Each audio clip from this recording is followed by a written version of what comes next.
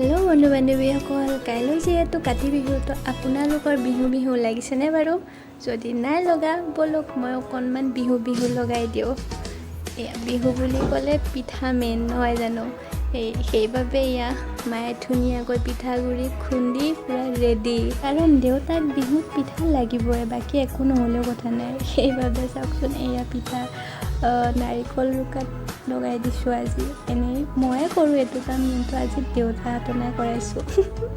সেইটো চাওক, আমাৰ জুনুকাটো বিৰাট দুষ্টই, কিন্তু মৰমো লাগে, দুষ্ট কৰি থাকে।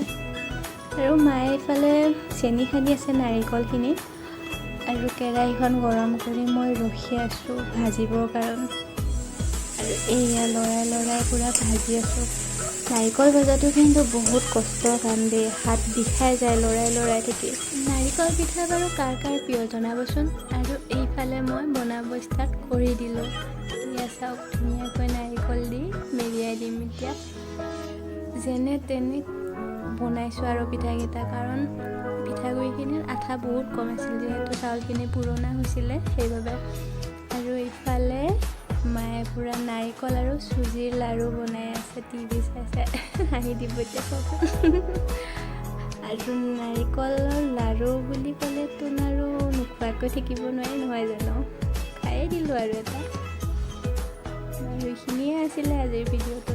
আৰু জনাবচোন আপোনালোকৰ অলপ হ'লেও বিহু লাগিছেনে বাৰু ভিডিঅ'টো চাই?